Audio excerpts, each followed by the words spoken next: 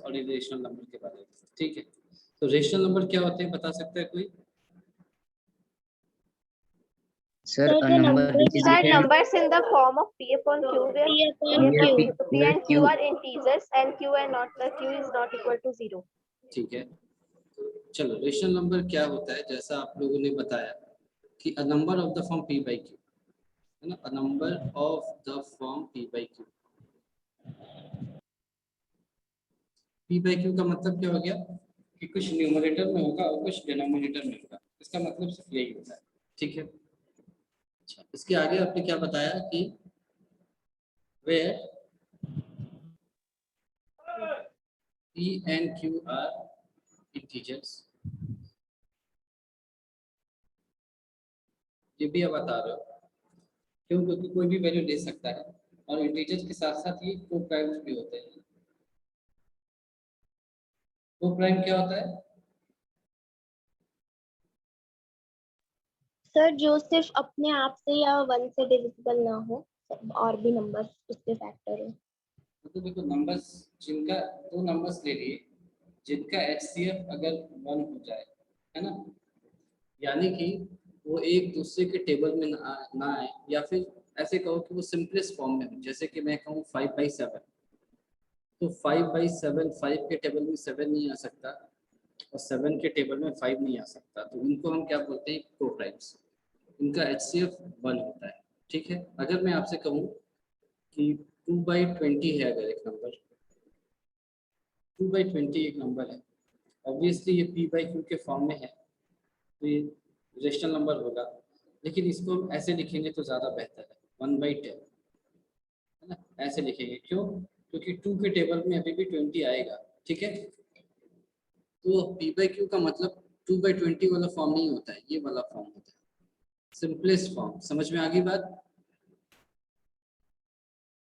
Yes, sir. Yes sir. ठीक है, तो इसीलिए यहाँ पर मेंशन किया कि P and Q are integers और को-प्राइम्स है। क्यों ऐसा है, क्यों इसको मेंशन किया? क्योंकि आगे आप देखोगे प्रोबेबली क्लास 10th में जब आपसे कहा जाए कि रूट को प्रूफ करो कि रेशनल है या इरेशनल है, या रूट 5 को प्रूफ करो कि ये रेशनल है या इरेशनल है, तो फिर इसी मेथड से हम इसको प्रूफ करते हैं। ठीक, तो number of the form P by Q where P and Q are integers, ठीक है, and Q is not equal to 0, है ना। हमने यहाँ पर तो कह दिया कि P और Q क्या है? इंटीजर्स है। तो फिर आपने पूछा कि क्या P 0 हो सकता है, तो आंसर आएगा क्या? बिल्कुल हो सकता है, क्योंकि P एक इंटीजर, 0 एक इंटीजर है, बिल्कुल हो सकता है। फिर आपने पूछा कि क्या Q 0 हो सकता है, क्योंकि Q भी तो एक इंटीजर है, तो आंसर आएगा नहीं, Q can not be equal to 0। क्यों? क्योंकि anything divided by 0 is not acceptable. पूरे मैथमेटिक्स में आप नहीं पूछ सकते कि किसी भी नंबर को हम 0 से डिवाइड कर सकते हैं क्या, तो जब पूरे मैथ्स में नहीं पूछ सकते तो फिर यहाँ पे नहीं पूछ सकते। ठीक है, Q is not equal to 0। ठीक है, इसको लिखने का या बोलने का मतलब रेशनल नंबर को बोलने का एक और तरीका होता है, ये तो हमने लिख लिया, इसको समझने का एक और तरीका होता है, कि बता सकता है क्या?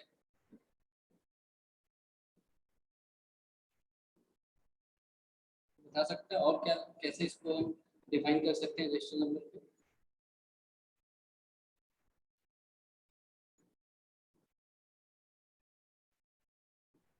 P by Q के अलावा भी कोई तरीका होता है क्या डिफाइन करने का रेशनल नंबर? सर पता नहीं। किसी को नहीं पता? मैंने पढ़ाया हुआ क्लास में 9F में तो पढ़ाया था मैंने, 9E को ही पढ़ाया था ऑनलाइन में, लेकिन ऑफलाइन में तो 9F को मतलब ऑफलाइन में भी पढ़ाया है और ऑनलाइन में भी पढ़ाया है, तो ये तो पता होना चाहिए। बताओ। सर बता तो रहे हैं कि 2 चैप्टर का क्लास ही नहीं कर पाए थे, लेकिन बहुत बच्चे तो आते थे शुरू में, तो वो तो बता सकते हैं। मैंने बताया था रेशनल नंबर को और कैसे डिफाइन करते हैं, बताओ। किसी को कुछ भी याद नहीं?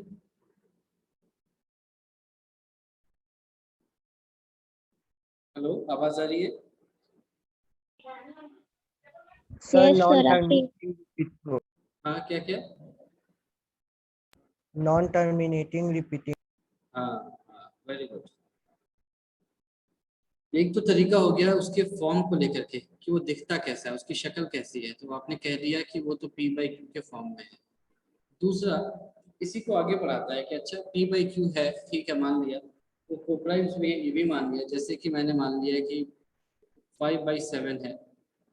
तो आगे ये कहता है कि अच्छा अगर मैं इसको डिवाइड कर दूं जो ये एक्चुअली कह रहा है तब क्या आएगा, है ना, तब ये क्या आएगा, इस पर बात करता है ये। तो ये कहता है कि the numbers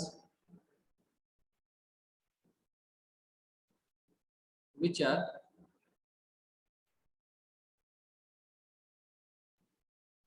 non-terminating and non-repeating, sorry, ये मैं इजेशनल का बोल रहा हूँ, numbers which are terminating and repeating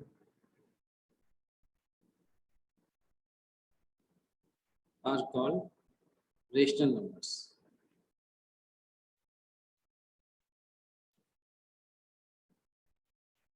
The repetition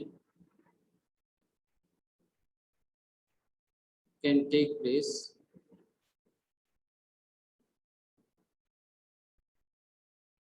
after any number of digits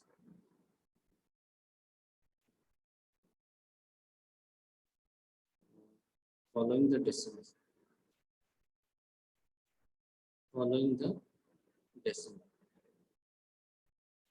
ठीक, अब इसका मतलब क्या है, इसको हम समझते हैं। जैसे कि क्या लिखा मैंने, विच आर टर्मिनेटिंग, है ना, इसको अंडरलाइन कर दिया, which are terminating and repeating. Repeating को कई बार आप देखोगे ऐसे भी बोलते हैं, लिखा एक ही चीज, ठीक है। तो इसका मतलब क्या है जो हमने ऊपर लिखा, जैसे मैं पूछता हूँ तुमसे 10/5 ये कितना होगा, कितना होगा ये 10/5? 2/1 2/1 sir. Sir, 2. 2 होगा ना, Yes sir. 2.0। अच्छा Yes. अब बताओ 10/2 कितना हो जाएगा? Sir, 5. 5 तो अगर आपको 1 बुरा ना लगे तो मैं इसको ऐसे लिखूंगा 5.0, ठीक है, ऐसे लिखूंगा। अच्छा तो अब अगर आपके पास कुछ ऐसा है, मान लो 25/10, इसको कैसे लिखूं, इसको कैसे लिख सकते हैं बताओ? 2.5 2.50। अच्छा ये बताओ, अब तो हमने लिख लिया, ये सबको दिखाई दे रहा है, यही आएगा आंसर 2.0 Yes, 5.0। अच्छा मैं अगर पूछूं तुमसे कि यहाँ पर मैं कुछ लिख दूं क्या, 5 लिख दूं कैसे, ये सही है या गलत होगा? Sir, कहाँ पर? 2.0 था ना, 10/5 था 2.0, तो मैंने कहा कि जो 0 है उसके आगे मैं अगर 5 लिख दूं तो ये सही रहेगा या गलत हो जाएगा आंसर? सर गलत है। बाकी जने भी बताओ, एक आंसर आया, मुस्कान ने बताया कि ये गलत हो जाएगा। अच्छा बाकी जने वो क्या कह रहे हैं, गलत होगा या सही होगा, क्या लगता है? बाकी को क्या लगता है, नहीं समझ में आ रहा?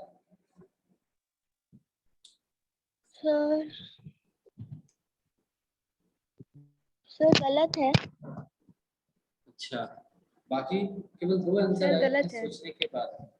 टोटल कितने बच्चे हैं अभी, लगभग 27। बाकी 25 को क्या लग रहा है, सही है? सर सही है। सही। अच्छा मान लो कि 5 को मैंने 2 से डिवाइड किया, कितना आएगा? सर 2.5। 2.5 आएगा। सभी एग्री कर रहे हो कि 2.5 आएगा? Yes sir. मान लो मैं तुमसे कहता हूँ कि यार ऐसा करो ना, मुझे और थोड़ा जरूरत है तो यहाँ पर मैं 2.5 लगा देता हूँ, क्या दिक्कत है? 2.5 तो मिल गया ना तुम्हें, इसको मैं 2.5 बोल लेता हूँ, क्या दिक्कत है तुम्हें? तो ऐसा बोल सकते हैं क्या? नहीं ऐसा बोल सकते हैं क्या? जाएगा। गलत हो जाएगा क्या? नहीं। सोच लो फिर से, 5/2 को तुमने बताया कि 2.5 होता है, 2.5। मैंने कहा कि यार ठीक है ना, भाई तो दे ही दिया, उसके आगे मैं चुपचाप से 2 लगा देता हूँ, किसी को नहीं पता चलेगा, क्या दिक्कत है? ये सही होगा या गलत हो जाएगा 2.52?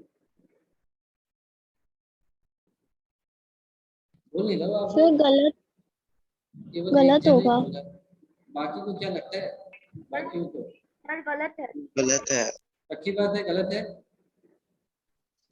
Yes sir. गलत होगा।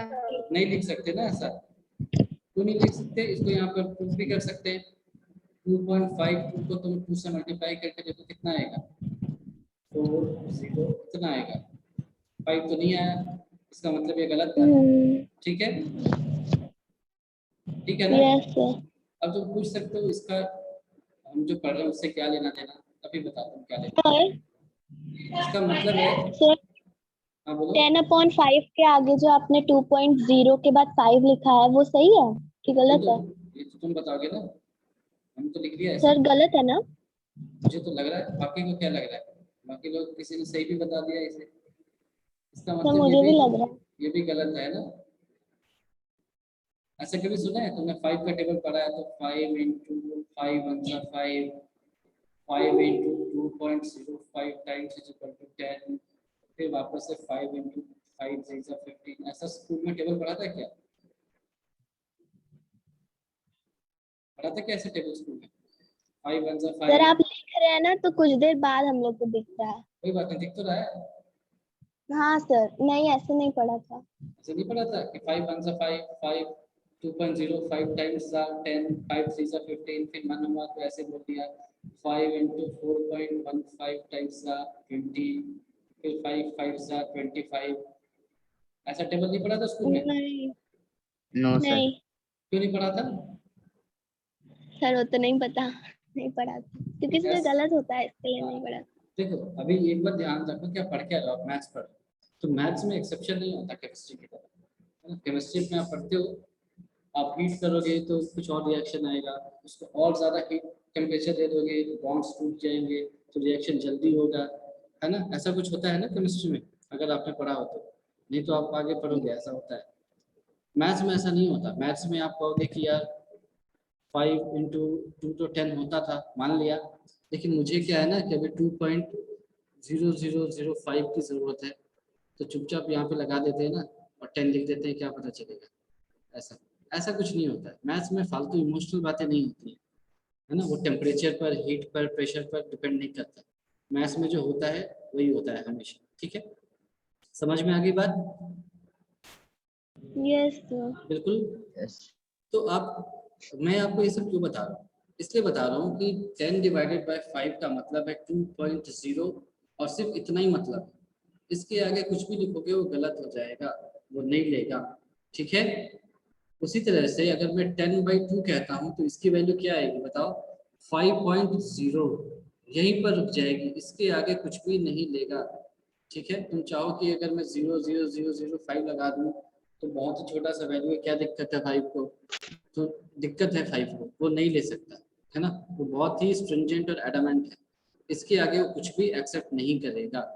उसी प्रकार से 25/10 2.50 पे ही समाप्त हो जाएगा, इसके आगे वो कुछ भी एक्सेप्ट नहीं करेगा। ये बात समझ में आ गई? सर अगर उसके आगे 0 भी लगा देंगे तो भी? जीरो की तो कोई वैल्यू होती नहीं है, तो जीरो डेसिमल के बाद लगाते जाओ, कोई फर्क नहीं पड़ता। जीरो की कोई वैल्यू थोड़ी होती है अपने आप में, डेसिमल के बाद जीरो की कोई वैल्यू नहीं होती, है ना? और नंबर से पहले भी जीरो की कोई वैल्यू नहीं होती। ठीक है, तो उसको कोई फर्क नहीं पड़ेगा। तो ये बात समझ में आ गई सभी को, जो भी बताया आपको? Yes sir. Yes sir.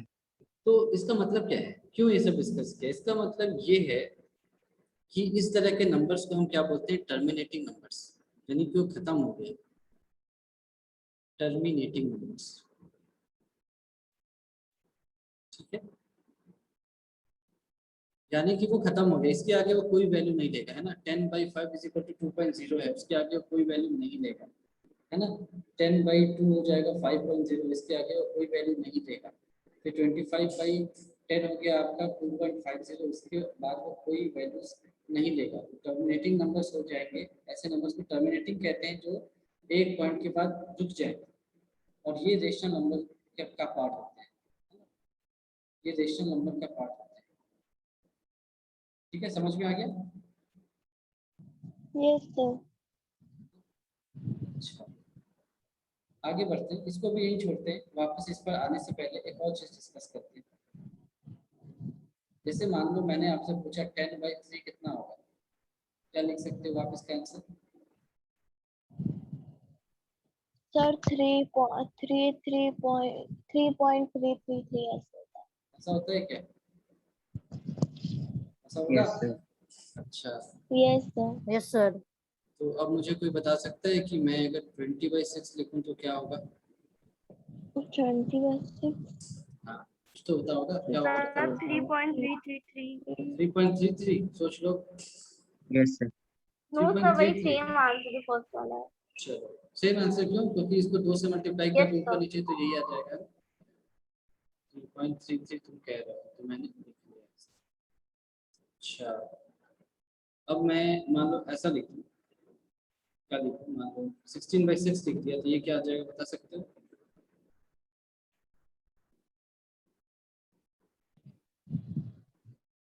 क्या आएगा, सोचो। The 2.66. सर 2.66 ऐसा आ रहा है क्या सभी का? Yes, sir. Yes sir. 2.66. यहाँ पर भी आगे चलता जाएगा, यहाँ पर भी आगे चलता जाएगा। ठीक है, सभी को समझ में आ गया? Yes sir. यस अच्छा, सर। अगर मैं आपसे पूछूं कि इसमें 10/3 में डेसिमल के बाद 5वां डिजिट कौन सा होगा तो क्या आंसर आएगा आपका? 3. सर 3 3 मतलब 3 3 आएगा। अच्छा, मैं आपसे पूछूं कि 50वां डिजिट कौन सा होगा तो? 3. 3। 3। अगर मैं आपसे पूछूं कि 1,50,51,51 इस पोजीशन पे क्या बैठा होगा सर तो? 3 3। So 3. अच्छा, अब मैं आपसे पूछूं कि 50,50,00,000 समथिंग पे तो भी कितना बैठा 3 है. होगा? वो भी सर 3 होगा। वो भी 3 3। तो 3. तो आपसे अगर मैं पूछूं कि क्या आपने काउंट करके देखा? काउंट करके तो नहीं देखा, फिर भी बता दिया ना? कैसे बता? अपने लॉजिक से। ठीक है, अपने लॉजिक से बता दिया। अच्छा, 20/6 में अगर मैं आपसे पूछूं यही सवाल तो क्या बताओगे? तो 3 सर है. 3 3। पक्का? सभी का आंसर 3 Yes, आएगा यस ना? सर। तो यहाँ भी लिख Yes, दिया sir. आंसर 3 आएगा। अच्छा, इसमें पूछूं तो 16/6 में पूछूं तो क्या आएगा? यहाँ पर 6 आएगा। यहाँ पर भी 6. 6 यस आएगा। सर। ठीक है, यानी आप without counting, without actual counting या परफॉर्मिंग एक्चुअल कैलकुलेशन आप रिजल्ट को बताने में सक्षम हो। You are capable of telling the, या कहूँ मैं तो you are capable of predicting the result without calculating actually. आपने पैटर्न को देखा थोड़ी दूर तक, है ना? यहाँ भी थोड़ी दूर तक आप गए, पैटर्न को देखा, यहाँ भी पैटर्न को देखा और आपने रिजल्ट को प्रेडिक्ट कर लिया। ठीक है, इस तरह के नंबर्स को हम क्या बोलते हैं? एक तो देखो ये नॉन टर्मिनेटिंग है ना? ये रुकेगा नहीं कभी, है ना? तो इसको हम क्या बोलेंगे? Non terminating. समझ में आ गया? ऊपर वाला टर्मिनेटिंग था, क्यों? क्योंकि वो कुछ भी एक्सेप्ट नहीं कर रहा था एक समय के बाद। यहाँ पर तुम कहोगे क्या मैं इसके आगे 3 लगा दूं क्या? तो लगा दो, बिल्कुल लगा दो। फिर पूछा अच्छा यहाँ पर भी 3 लगा दूं क्या? तो कहेगा हाँ लगा दो। तुम जितनी चाहो लगाते चले जाओ। इसको हम कहते हैं नॉन टर्मिनेटिंग एंड रिपीटिंग। दिख रहा है? ये रिपीटिंग है ना? Yes, sir. Yes sir. 3 repeat हो रहा है। तो ये भी क्या होता है? रेशनल नंबर का पार्ट होता है। ये भी ऐसा भी अगर आ गया तो ये भी आपका रेशनल नंबर ही कहलाएगा। रेशनल नंबर को हम कैसे कैसे लिख सकते हैं?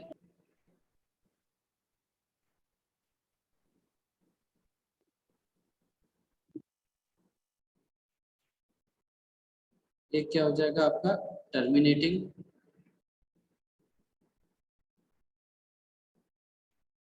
दूसरा क्या हो जाएगा? नॉन टर्मिनेटिंग,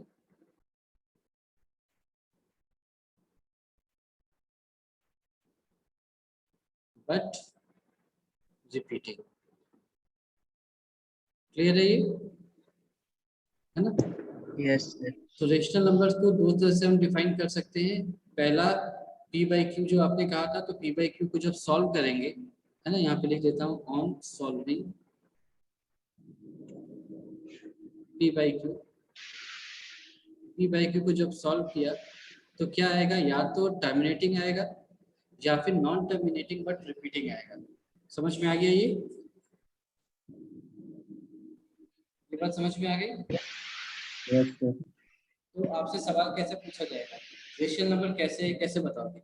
अगर वो p by q के फॉर्म में दे दिया, फ्रैक्शन के फॉर्म में दे दिया ऐसे, इसका मतलब ये p by q की तरह एक्सप्रेस हो गया, तो ये क्या हो जाएगा, रेशनल हो जाएगा। ठीक है, ये पहला आइडेंटिफिकेशन होता है, ये रेशनल हो जाएगा।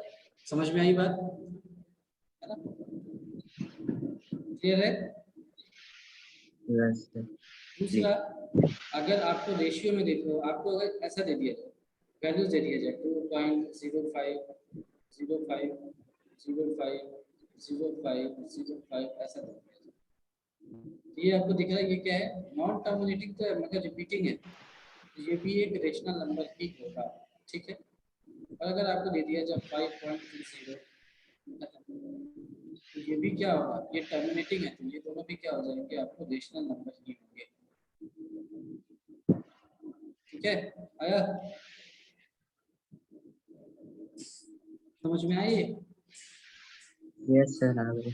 है ना, तो अगर क्वेश्चन आपको फ्रैक्शन में दे दिया जाए p by q, अगर ऐसा एक्सप्रेस हो सकता है वो नंबर, तब तो सीधे ही वो रेशनल नंबर हो जाएगा, तब तो कोई टेंशन की बात ही नहीं है। और अगर वो डेसिमल में दे दिया जाए, ऐसे कुछ दे दिया जाए, तो आप देखोगे कि वो टर्मिनेट हो रहा है क्या, अगर वो टर्मिनेट हो गया तब सीधे रेशनल नंबर लिख दिया, फिर देखा कि अच्छा वो टर्मिनेट नहीं हो रहा है, तो अगर वो टर्मिनेट नहीं हो रहा है तो क्या वो रिपीट हो रहा है, क्या वैल्यूज रिपीट कर रही हैं, तो आपने देखा हाँ वैल्यूज तो रिपीट कर रही हैं, जिसका मतलब वो फिर से रेशनल नंबर होगा। क्लियर है, यहाँ तक सबको समझ में आया? Yes, sir. सभी को आ गया या केवल एक दो को आया? Yes, sir. अच्छा चलो, तो ये तो हो गई आपको एक बात हो गई। अच्छा, अब मैं मान लो आपको नंबर दे देता हूँ, कोई भी नंबर इस तरह से दे दिया, मान लो आपको दे दिया 10/25 दे दिया, 10/3 दे दिया, है ना, 100/20 दे दिया, 200/6 दे दिया, है ना, और आपसे पूछा जाए कि इसमें से कौन टर्मिनेटिंग होगा, कौन सारे नंबर्स टर्मिनेटिंग होंगे, तो कैसे बताओगे आप? बिना कैलकुलेशन के कैसे बता सकते हो आप कौन सारे नंबर्स टर्मिनेटिंग होंगे इनमें से?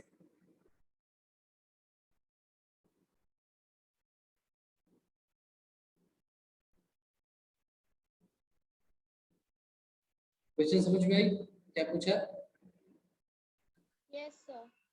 ना, आपको कुछ नंबर्स दे दिए गए p by q के फॉर्म में ऑब्वियसली, और आपसे पूछा जाए कि बिना ज़्यादा कैलकुलेशन किए, बिना एक्चुअल डिवीजन परफॉर्म किए, मुझे आप ये बता दो कि ये टर्मिनेटिंग कौन कौन से नंबर्स होंगे इनमें से, और कौन कौन से नंबर्स टर्मिनेटिंग नहीं होंगे, ये आप कैसे बताओगे?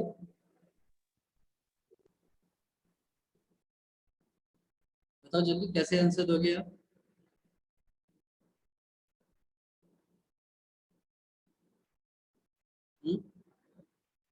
कैसे बताओ? सर पहला वाला तो है टर्मिनेटिंग। पहला वाला क्या होगा, नॉन टर्मिनेटिंग होगा, ये वाला Non-terminating.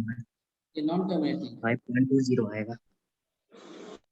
कितना आएगा? दूसरा वाला पहला कितना आएगा?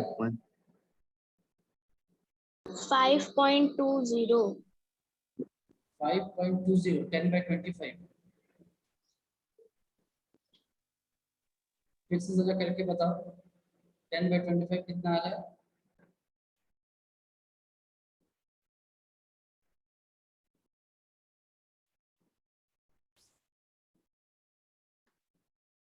जल्दी से। 0.4. 0.4। 0.4 सभी का इतना आ रहा है क्या? Yes, sir. तो अगर 0.4 आ रहा है तो 0.4 टर्मिनेटिंग होगा या नॉन टर्मिनेटिंग होगा? Sir, not Terminating. टर्मिनेटिंग का मतलब Non-terminating. क्या होता है? मतलब आप कह रहे हो 10/25 इज इक्वल टू आपका मतलब है 0.4, तो इसका मतलब मैं यहाँ पर कुछ वैल्यू लिख सकता हूँ क्या 0.4 के आगे? नहीं लिख सकते। No sir. नहीं लिख सकता, नहीं। तो इसका मतलब वो यहाँ पर खत्म हो गया, रुक गया। Yes sir. तो रुकने का मतलब क्या होता है? टर्मिनेट नॉन करना। टर्मिनेटेड।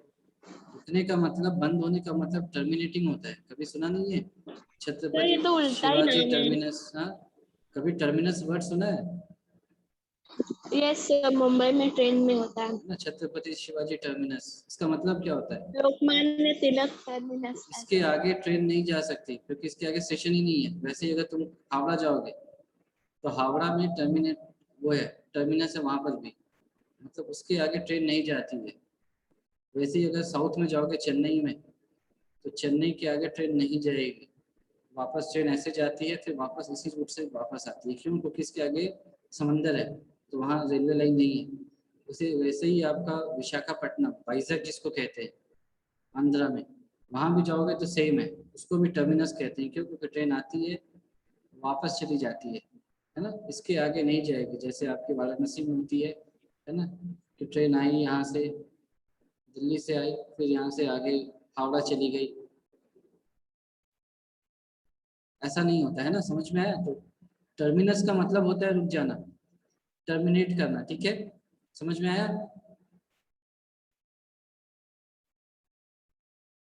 Yes sir. टर्मिनस का मतलब या टर्मिनेट का मतलब क्या होता है? रुक जाना, वो लास्ट पॉइंट है, उसके आगे कुछ नहीं हो सकता। ऊपर देखो यही पढ़ाया गया ना आपको, टर्मिनेटिंग नंबर्स क्या थे? ये सारे टर्मिनेटिंग नंबर्स से, याद आया? याद आया? Yes sir. तो जहां भी नंबर्स रुक जाएंगे उसको हम क्या बोलेंगे? टर्मिनेटिंग। टर्मिनेटिंग। तो आप पता कैसे करोगे कि टर्मिनेटिंग नंबर होगा या नहीं? तो यहाँ पर देखो, यहाँ पर डिनोमिनेटर क्या है? क्या है डिनोमिनेटर यहाँ पर? सर 5 5। यहाँ पर 2 यहाँ पर यहाँ पर क्या है? 10। 10 को मैं 2 × 5 लिख सकता हूँ क्या? Yes sir.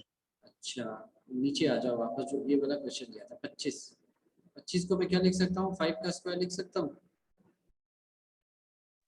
यस सर, लिख यस सर। सकते हैं। यानी कि जब भी डिनोमिनेटर में 2 या 2 का कोई भी पावर हो, या फिर 5 या 5 का कोई भी पावर हो, या फिर इनका कोई भी कॉम्बिनेशन हो, तो नंबर्स क्या हो जाएंगे? If denominator is of this form, terminating. then the number will be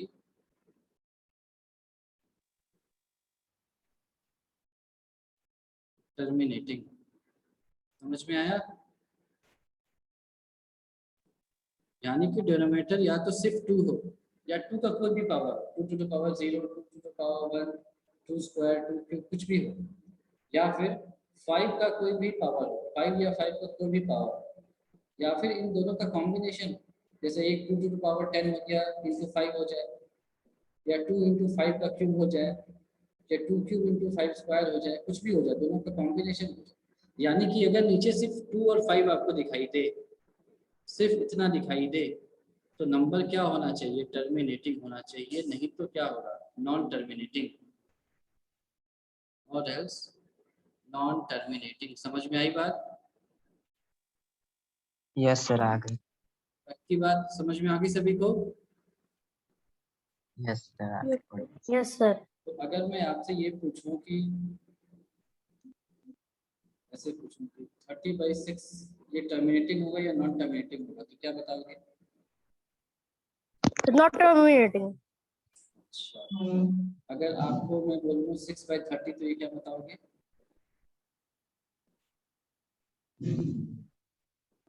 terminating होगा या नॉन टर्मिनेटिंग होगा? सर पहला वाला टर्मिनेटिंग है। सर पहला वाला टर्मिनेटिंग होगा। दूसरा अभी terminating हो जाएगा sir.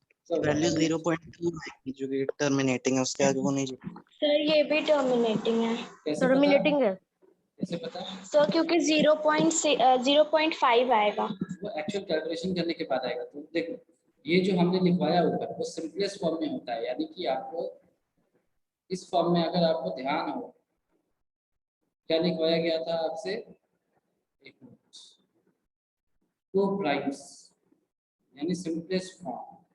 तो आप देखो कि क्या इन दोनों को और छोटा किया जा सकता है क्या? तो हाँ किया जा सकता है, इसको 1/5 लिखा जा सकता है, ऐसा लिखा जा सकता है ना। Yes sir. 6 के टेबल में 5 टाइम्स आता है 30, तो 6/30 इक्वल टू 1/5। अब देख लो नीचे क्या है, केवल 5, तो ये टर्मिनेटिंग होगा। समझ में आया? तो आपको पहले उसको सिंपलेस्ट फॉर्म में कन्वर्ट करना है, उसके बाद ये वाले रूल लगाने हैं। समझ में आ गई बात? Yes sir. तो अगर समझ में आ गई तो बताओ 10/3 क्या होगा, टर्मिनेटिंग या non terminating? Sir non terminating. Non-terminating क्यों? क्योंकि और ये repeating. सिंपलेस्ट फॉर्म में है, क्योंकि 3 के टेबल में 10 कभी नहीं आएगा, यानी फर्दर डिवीजन पॉसिबल नहीं है। दूसरा फिर हमने नीचे देखा, नीचे 2 या 5 या तो कॉम्बिनेशन है क्या, नहीं, तो इसको लिख दिया नॉन टर्मिनेटिंग। ठीक है, फिर आगे बढ़े, क्या आया था 100/20, तो 20 के टेबल में 100 है तो 5/1 आ जाएगा, तब तो सीधे ही खत्म हो गया।